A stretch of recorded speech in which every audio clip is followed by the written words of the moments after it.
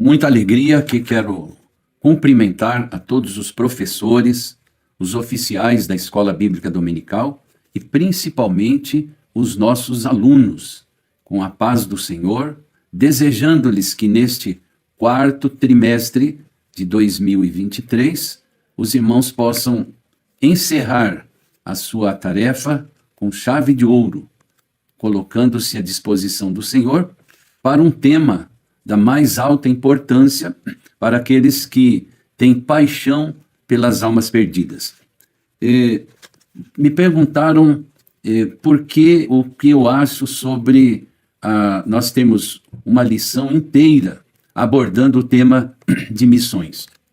Nós sabemos que, à medida que vai se aproximando o arrebatamento da igreja, a volta de Jesus, é de fundamental importância que nós, como servos e servas do Senhor, estejamos conscientizados, mas também despertados pelo Espírito Santo para nos colocarmos na brecha, para nos colocarmos como voluntários para contribuir para a expansão do Evangelho de Cristo em todo o mundo. O tema da nossa lição deste trimestre é Até os confins da terra, pregando o Evangelho a todos os povos até a volta de Cristo. E a nossa primeira lição, ela tem como título A Grande Comissão, um enfoque etnocêntrico. E o texto áureo desta lição de número 1 encontra-se no Evangelho, segundo Marcos, capítulo 16, e o versículo 15, que diz o seguinte: E disse-lhes, ide por todo o mundo, pregai o Evangelho a toda criatura. O comentário do Novo Testamento, aplicação pessoal, publicado pela nossa Casa Publicadora das Assembleias de Deus, destaca que esse texto bíblico trata objetivamente da grande comissão. E no contexto dessa passagem, os discípulos haviam sido bem treinados e tinham visto o Senhor Jesus ressuscitado. Deus havia dado a Jesus autoridade sobre o céu e a terra. E com base nessa autoridade, Jesus disse aos seus discípulos que formassem mais discípulos à medida que eles pregassem, batizassem e ensinassem a palavra de Deus. Com essa mesma autoridade, o Senhor Jesus ordenou que todo cristão, sem exceção, deveria, e nós podemos dizer, deve pregar o Evangelho a todos e em todos os lugares. Essa ordem que Jesus deixou aos seus discípulos enfatizou exatamente a universalidade da pregação do Evangelho a toda criatura. Isto está de acordo com os ensinamentos do Antigo e do Novo Testamentos. É bom lembrar que o missionário inglês James Hudson Taylor, que serviu no campo missionário chinês por 51 anos, ele destacou em sua reflexão sobre essa chamada Grande Comissão, que ela não é uma opção que deve ser considerada, mas muito pelo contrário, ele enfatizou que essa Grande Comissão é uma ordem que deve ser obedecida. Na caserna, nós temos um costume de que ordem dada é ordem cumprida. E como soldados de Cristo, nós devemos estar engajados nesta filosofia de trabalho para que em nenhum momento nós tenhamos esquecimento ou deixado de lado o cumprimento dessa missão. Então, a grande comissão, para que ela seja melhor entendida por todos nós, como sendo uma ordem pós-ressurreição, que foi dada pelo Senhor Jesus Cristo aos seus discípulos, conforme está registrado nos evangelhos de Mateus, de Marcos, de Lucas e também no livro dos Atos dos Apóstolos. Eu citei no livro de apoio à nossa lição da Escola Bíblica Dominical deste trimestre um trecho da obra Teologia Bíblica de Missões, que também foi publicada pela CPAD, onde o professor George Peters ele destacou com propriedade um bom conceito para a grande comissão. E de acordo com esse autor, A grande comissão, tal como ela é narrada nos 4 escritores dos evangelhos, ela apresenta um modelo abrangente, muito bem detalhado, do nosso compromisso missionário. Ela não declara todas as tarefas da igreja, é óbvio, porém, a sua missão é completa. Mas a grande comissão está principalmente preocupada em expandir a igreja do Senhor no mundo daqueles que ainda não pertencem a essa igreja, seja quem forem e onde quer que estejam. O professor George Peters, ele destaca também nessa reflexão que a grande comissão é um guia para a evangelização mundial e não um programa para tornar o mundo inteiro cristão, e nem mesmo uma receita para a construção de uma igreja. Mas o foco da grande comissão é fazer discípulos e evangelizar as nações. Então, esses 2 imperativos devem ser cumpridos com atenção, o equilíbrio e a perspectiva histórica apropriados, até que o mundo inteiro tenha a oportunidade de ouvir as boas novas da salvação de Deus em Jesus Cristo. Essa ação de ir, ela deve ser observada por todos os membros da Igreja de Cristo. Essa igreja jamais pode perder de vista as suas responsabilidades missionárias, sejam elas nacionais ou transculturais. É um envolvimento que deve ser marcado pela prática da oração, pela prática da contribuição financeira e também pelo envio de homens e mulheres chamados por Deus com muito amor e paixão pelas almas perdidas ao campo missionário. Nós sabemos que a igreja é uma agência missionária autêntica, legítima. E, consequentemente, ela, a igreja, é responsável pelo envio e pela coordenação de todos os projetos missionários. E é por essa razão que a igreja foi chamada por Deus para a sua missão e o aceitou como Salvador. A igreja tem responsabilidade de difundir a mensagem de Cristo por todo o mundo, devendo considerar o trabalho missionário como um privilégio que nunca antes foi concedido ao mundo em que vivemos.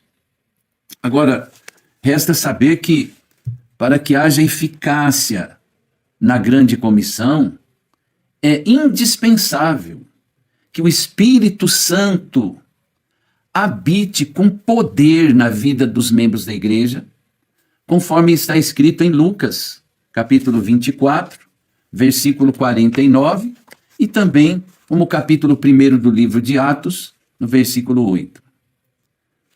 Prezado aluno, prezado professor, é o Espírito Santo que convence o homem do pecado. É ele que promove o novo nascimento.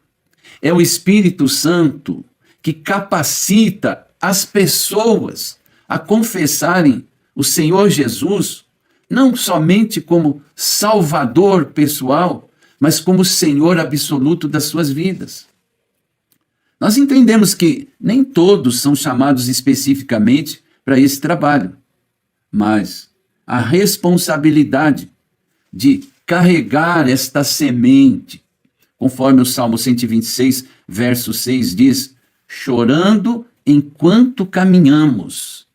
Essa tarefa pertence a todos nós indistintamente.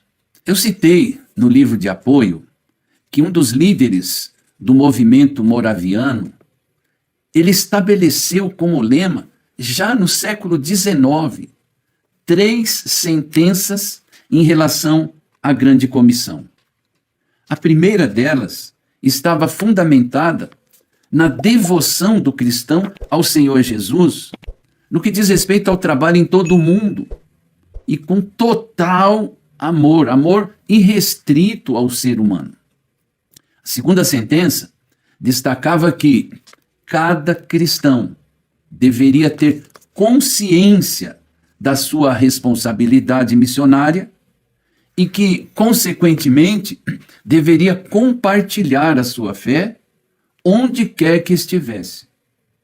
A terceira sentença já dizia respeito à responsabilidade do missionário em relação a si mesmo e também em relação à sua própria família, é óbvio. Em relação à grande comissão, nós podemos também compreender que esta realidade, ela se trata de uma ordem dada pelo próprio Senhor Jesus Cristo. Ele nos ordenou a pregar o Evangelho porque ele quer, ele deseja que a sua mensagem atinja toda criatura, todas as nações, todo o mundo, todas as aldeias e em todos os lugares, nos 4 cantos da terra. No Evangelho segundo São João, capítulo 3, versículo 16, a Bíblia Sagrada informa que Deus amou o mundo e quer que os homens de toda tribo, língua e povo e nação, conforme Apocalipse 5, versículo 9, se arrependam de seus pecados. Conforme a segunda epístola de Pedro, no capítulo 3, versículo 9, e se salvem exatamente mediante o conhecimento da verdade. Primeira carta de Paulo a Timóteo, capítulo 2, versículo 4. É bom lembrar para os mais antigos que o saudoso pastor Valdir Bíssimo, numa obra que ele escreveu, denominada Manual de Evangelismo, publicada também pela CPAD, ele fez questão de destacar as palavras do apóstolo Paulo aos Coríntios, no capítulo 9, versículo 16, que diz assim: porque, se anuncio o Evangelho, não tenho de que me gloriar, pois me é imposta essa obrigação. E ai de mim, disse Paulo, se não anunciar o Evangelho. O pastor Valdir Bíssimo, que tinha profundo amor pelas almas perdidas, ele destacou que esse texto não significa tão somente que o crente deve pregar o Evangelho constrangido, forçado, mas muito pelo contrário. Ele deve ter consciência de que é uma testemunha do Senhor Jesus Cristo. Atos 1, versículo 8, e que foi convidado para testificar da sua salvação, ainda conforme Atos capítulo 26, versículo 22, a fim de que aqueles que ouvirem o seu testemunho possam saber a razão da esperança que há nele, conforme Pedro capítulo 3, versículo 15. Queridos, somente o crente tem condições de afirmar com muita convicção quem ele era, quem ele é e quem ele será, ou seja, um perdido pecador, candidato à morte eterna, conforme Romanos 6, Apocalipse 21, e que também estava condenado, conforme está escrito em João capítulo 5, versículo 24. Mas que hoje ele é um pecador remido, liberto por Jesus, e no futuro estará eternamente na presença do Senhor, conforme Paulo diz em 1 Tessalonicenses, capítulo 4, versículo 17, que diz: depois nós, os que ficarmos vivos, seremos arrebatados, aleluia, juntamente com eles nas nuvens, a encontrar o Senhor nos ares, e assim estaremos sempre com o Senhor. Outro tema que nós abordamos nessa primeira lição diz respeito às missões transculturais. No contexto cristão, o prefixo trans tem as suas raízes no latim e denota o conceito de ultrapassar ou atravessar. No âmbito cristão, missões transculturais representam uma expressão fundamental da fé cristã que busca exatamente difundir os ensinamentos de Jesus Cristo além das fronteiras culturais e geográficas. Essas missões tem um significado profundo e muito abrangente, tanto para os missionários, quanto para as comunidades que são alcançadas pela mensagem de salvação. Quando nós falamos em missão transcultural, precisamos sempre ter em mente que ela envolve superação de barreiras culturais, com o objetivo primeiro de disseminar a mensagem do Evangelho. E essa mensagem não pode ser confinada a uma única cultura, mas deve alcançar pessoas em todos os cantos do mundo, independente de sua origem étnica e também do seu contexto cultural.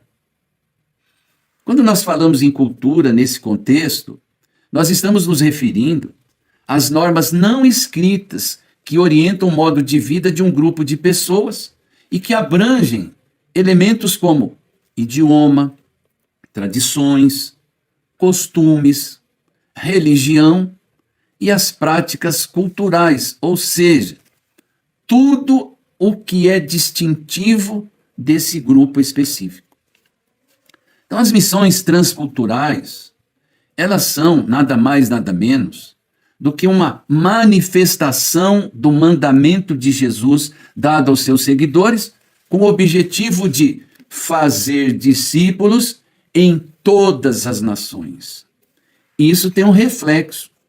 Reflete o desejo de compartilhar a mensagem de salvação e o amor de Deus com todas as pessoas, independente da sua origem cultural, língua ou localização. É uma busca para que todas as pessoas tenham a oportunidade de conhecer a graça de Deus e não meramente uma religião. Eu desejo ler pelo menos 5 passagens bíblicas que demonstram de forma global a grande comissão aplicada à missão transcultural. E eu vou ler esses textos usando a versão bíblica Almeida, revista e corrigida. O primeiro texto bíblico encontra-se em Mateus 28, versículos 18 a 20, que dizem assim: E chegando-se Jesus, falou-lhes dizendo: É-me dado todo o poder no céu e na terra. Portanto, ide, ensinai todas as nações, batizando-as em nome do Pai e do Filho e do Espírito Santo, ensinando-as a guardar todas as coisas que eu vos tenho mandado. E eis que eu estou convosco todos os dias, até a consumação dos séculos. Amém. Maravilha de palavra de Deus para nós. O segundo texto encontra-se no Evangelho segundo Marcos, no capítulo 16, dos versículos 15 a 20, que dizem o seguinte: E disse-lhes: Ide por todo o mundo, pregai o Evangelho a toda criatura. Quem crer e for batizado será salvo, mas quem não crer será condenado. E estes sinais seguirão aos que crerem. Em meu nome expulsarão demônios, falarão novas línguas, pegarão nas serpentes, e se beberem alguma coisa mortífera, não lhes fará dano algum. E imporão as mãos sobre os enfermos e os curarão. Ora, o Senhor, depois de lhes ter falado, foi recebido no céu e assentou-se à direita de Deus. E eles, tendo partido, pregaram por todas as partes, cooperando com eles o Senhor e confirmando a palavra com os sinais que se seguiram. Amém. Terceiro texto, Evangelho segundo Lucas, capítulo 24, versículos 46 a 49, que diz assim: E disse-lhes: Assim está escrito, e assim convinha que o Cristo padecesse, e ao terceiro dia ressuscitasse dos mortos, e em seu nome se pregasse o arrependimento e a remissão dos pecados, em todas as nações, começando por Jerusalém. E dessas coisas sois vós testemunhas. E eis que sobre vós envio a promessa de meu Pai. Ficai, porém, na cidade de Jerusalém, até que do alto sejais revestidos de poder. O quarto texto bíblico está no Evangelho segundo João, capítulo 20, versículos 21 e 22, que dizem o seguinte: Disse-lhes, pois, Jesus outra vez: Paz seja convosco. Assim como o Pai me enviou, também eu vos envio a vós.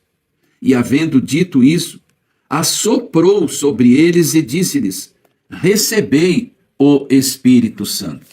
E o quinto e último texto bíblico que vou citar encontra-se em Atos dos Apóstolos, no capítulo 1, versículo 8, que diz o seguinte: Mas recebereis a virtude do Espírito Santo que há de vir sobre vós, e ser-me-eis testemunhas, tanto em Jerusalém, como em toda a Judeia e Samaria, e até aos confins da terra. Concluindo esta primeira reflexão, relativa à nossa primeira lição, ou lição de número 1, da nossa lição da Escola Bíblica Dominical, eu quero fazer menção a dois escritores que citei também no livro de apoio da nossa lição. Na conclusão do capítulo 1, eu fiz menção ao pastor Oséias Macedo de Paula e também ao pastor Ronaldo Lidório. O pastor Oséias, em sua obra Manual de Missões, publicada pela CPAD, destacou que a Grande Comissão é uma prioridade na vida de cada discípulo de Jesus e que o alvo é alcançar o mundo inteiro com a mensagem do Evangelho, dando as informações necessárias para que cada pecador tenha, de forma clara, condições de optar positiva ou negativamente pela sua própria salvação. Segundo ele, ser discípulo de Jesus é ter sempre a consciência de que esta será sempre uma obra inacabada, pois sempre haverá o que fazer. Já o pastor Ronaldo Lidório, na sua obra Restaurando o Ardor Missionário, publicada também pela CPAD, fez o seguinte destaque sobre a Grande Comissão: que não foi dada a uns poucos escolhidos, mas a todo cristão comprometido com o reino de Deus. E essa ordem de Jesus não é antiga e jamais ultrapassada. Apesar de grandes avanços em todas as áreas da existência humana, o coração de milhões de pessoas continua buscando sentido para a vida. E ele encerrou a sua reflexão fazendo a seguinte pergunta: o que você tem feito para que a água da vida chegue aos que morrem de sede espalhados por todo o mundo?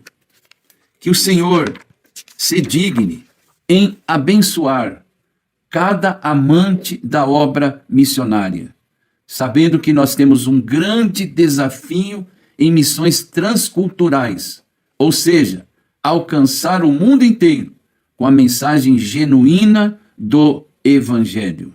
Que Deus nos ajude para que o pecador, dependente do envio do corpo de Cristo, para ouvir de nós as boas novas de salvação, encontre a salvação da sua alma. Deus te abençoe.